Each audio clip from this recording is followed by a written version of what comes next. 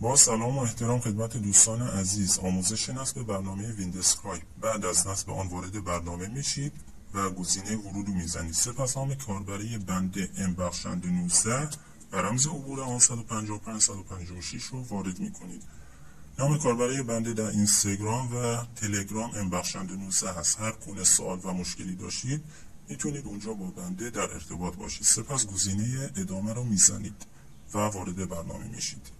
سپس وارد تنظیمات قسمت اتصال شوید و حالت اتصال را از اتوماتیک به دستی تغییر بدهید و برای سیم کارت های ایرانسل نوع پروتکل رو روی UDP و همراه اول روی WS تونل بگذارید.